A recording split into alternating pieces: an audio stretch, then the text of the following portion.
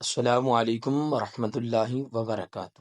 حضرت آدم علیہ والسلام کا قصہ بہت طویل اور مشہور قصہ ہے۔ اس میں بہت ساری باتیں ہیں، آج ہم آپ کو بتائیں گے آدم علیہ والسلام دھرتی پر کیسے تشریف لائے، لباس پہنا ہوا تھا یا نہیں، آپ کے پاس کون کون سے جانور تشریف لائے، جانور کیسے وحشی بنے، کون سے جانور جو تھے وہ انسانوں کے ساتھ مانوس ہوئے، ہرنی کی ناف میں کس طرح کستوری آئی اور یہ ساری ہرنیوں کی ناف میں کیوں نہیں آئی۔ یہ تمام باتیں سماعت کرنے سے پہلے ایک مرتبہ درود پاک پڑھ لیں، اللہم صلی علی محمد کما تحب وترضی۔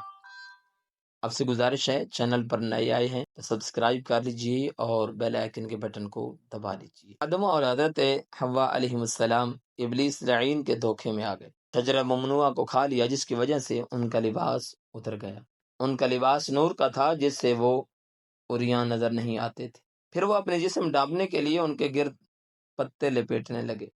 اپنی شرمگاہ کی حفاظت کرنا حضرت آدم علیہ السلام کے وقت سے ہی ضروری ہے، اور عریانی یہ قبیح عمل ہے۔ اس لیے فرمایا، کیا تم نے نہیں دیکھا کہ آدم علیہ السلام اور حوا علیہ السلام کس طرح خود کو ڈھانپنے کے لیے جلدی فرمانے لگے۔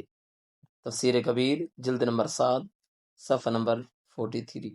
بعض مفسرین کرام نے فرمایا کہ یہ لباس ناخن کا تھا جو لطافت، نرمی اور سفیدی میں اپنی مثال آپ تھا۔ بعض کے نزدیک انہوں نے جنتی حلے زیب تن کر رکھے تھے۔ تفسیر روح البیان جلد نمبر 3 صفحہ نمبر 188۔ اسی لیے عیا ہے کہ آدمی کا خلوت میں اور اپنی بیوی کے پاس شرمگاہ کو کھولنا یہ بھی کبھی ہے، لیکن اس کی اجازت جو ہے وہ صرف زوجہ کے پاس ہے، یعنی اس وقت انسان اپنی شرمگاہ کو کھول سکتا ہے۔ حضرت سیدنا علی المرتضی رضی اللہ تعالی عنہ آپ فرماتے ہیں، ساری زندگی میں نے اپنی شرمگاہ کو نہیں دیکھی، اس لیے کہ جس آنکھ سے میں نے جمال مصطفیٰ کریم صلی اللہ علیہ وآلہ وسلم کا مشاہدہ کیا، مجھے شرم آتی تھی کہ میں اسی آنکھ سے کچھ چیز اور ایسی دیکھ۔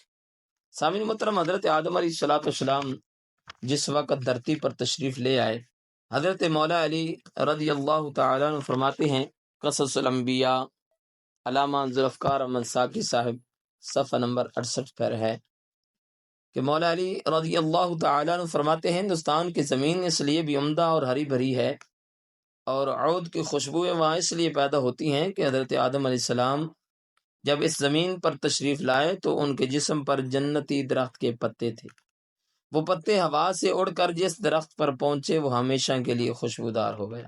حضرت آدم علیہ السلام جس وقت دھرتی پر تشریف لائے تو حضرت علی، حضرت ابن عباس رضی اللہ تعالیٰ عنہ اور حضرت قتادہ، ان کا یہ موقف ہے کہ حضرت آدم علیہ السلام کو ہندوستان میں سنندیپ کی زرزمین کے پاس ایک پہاڑ پر اتارا گیا۔ حضرت حوا کو جدہ میں اتارا گیا۔ حضرت آدم علیہ السلام حضرت حوا کی جستجو کرنے لگے، جہاں قدم مبارک لگتا وہاں آج بستی آباد ہے۔ مزدلفہ میں وہ ایک دوسرے کے قریب ہوئے، اس جگہ کو مزدلفہ کہا جانے لگا۔ میدان عرفات میں ایک دوسرے کو پہچان لیا تو اس مبارک مقام کو قیامت تک عرفات ہی کہا جائے گا۔ سانپ کو اصفہان میں پھینک دیا گیا جبکہ ابلیس لعین کو ابلا میں پھینک دیا گیا۔ امین محترم، اب یہ دونوں ہستیاں جو تھیں یہ ایک دوسرے سے دور تھیں، اللہ تبارک و تعالیٰ نے ان کو ملانے کا انتظام بھی فرمایا۔ معجزات الانبیاء صفحہ نمبر 202 پر ہے۔ حضرت سیدہ طیبہ اما عائشہ صدیقہ رضی اللہ تعالی عنہا فرماتی ہیں کہ لجپال کریم آقا صلی اللہ علیہ وآلہ وسلم نے ارشاد فرمایا کہ حضرت آدم علیہ السلام توبہ کے وقت خانہ کعبہ کے سامنے کھڑے تھے، 2 رکعت نماز پڑھی، دعا کی تو پروردگار نے قبول فرما لی۔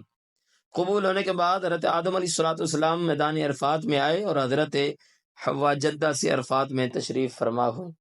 دونوں رنج و غم سے سیاہ ہو چکے تھے، ایک دوسرے کی پہچان نہ رہی۔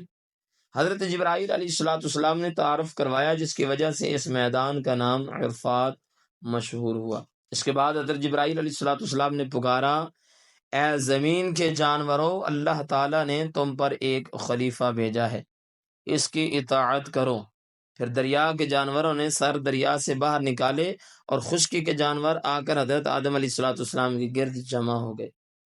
چنانچہ حضرت آدم علیہ السلام نے ان جانوروں کے سروں پر ہاتھ پھیرا وہ واپس چلے گئے، جن میں گائے، بکری، گھوڑا، اونٹ، بیل، کتا وغیرہ شامل تھے۔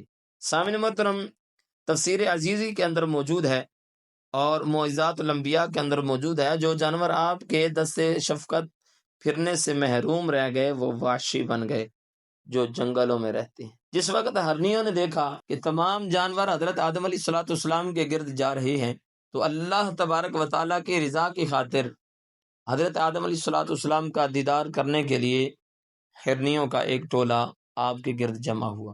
حضرت آدم علیہ الصلوۃ والسلام اس وقت موجود تھے تو حضرت آدم علیہ الصلوۃ والسلام نے اپنا مبارک ہاتھ ان کی پیٹھ پر پھیرا، بس پھیرنے کی دیر تھی، یہ ہرنیاں جب واپس گئیں تو جنگل میں خوشبو مہک گئی۔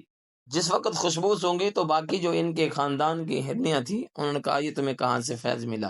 تو انہوں نے کہا کہ ہم تو اللہ کے نبی کے پاس گئی، انہوں نے ہماری پیٹھ پر ہاتھ پھیرا، اللہ تبارک و تعالیٰ نے ہمیں یہ فیض دے دیا۔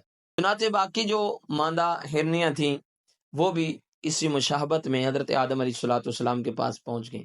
جس وقت وہ حضرت آدم علیہ الصلوۃ والسلام کے پاس پہنچتی ہیں، وہاں حاضری کے بعد حضرت آدم علیہ السلام نے ان کی پیٹھ پر بھی پشت پر بھی ہاتھ پھیرا، لیکن نہ کہاں یہ واپس گئیں تو کوئی کستوری وغیرہ کی خوشبو نہ تھی۔ آپس میں ہم کلام ہوئی کہ تم لوگوں کو تو یہ سارا کچھ مل گیا لیکن ہم کیوں محروم رہ گئیں؟ پہلے آنے والی جو ہرنیاں تھیں انہوں نے کہا کہ ہماری رضا صرف اللہ کی چاہت تھی، ہم اپنی ذات کے لیے نہ گئی تھی، اور تمہارا جانا تمہاری اپنی ذات کے لیے تھا۔ اگر تم اللہ عز و جل کی رضا کے لیے اور اس کے نبی علیہ الصلوۃ والسلام کی خوشی کے لیے جاتی تو اللہ تمہیں بھی یہ فیض دیتا۔ سامعین محترم، اسی لیے اب صرف چند ہرنیوں کی ناف میں کستوری پائی جاتی ہے اور باقی ماندہ اس سے محروم ہیں۔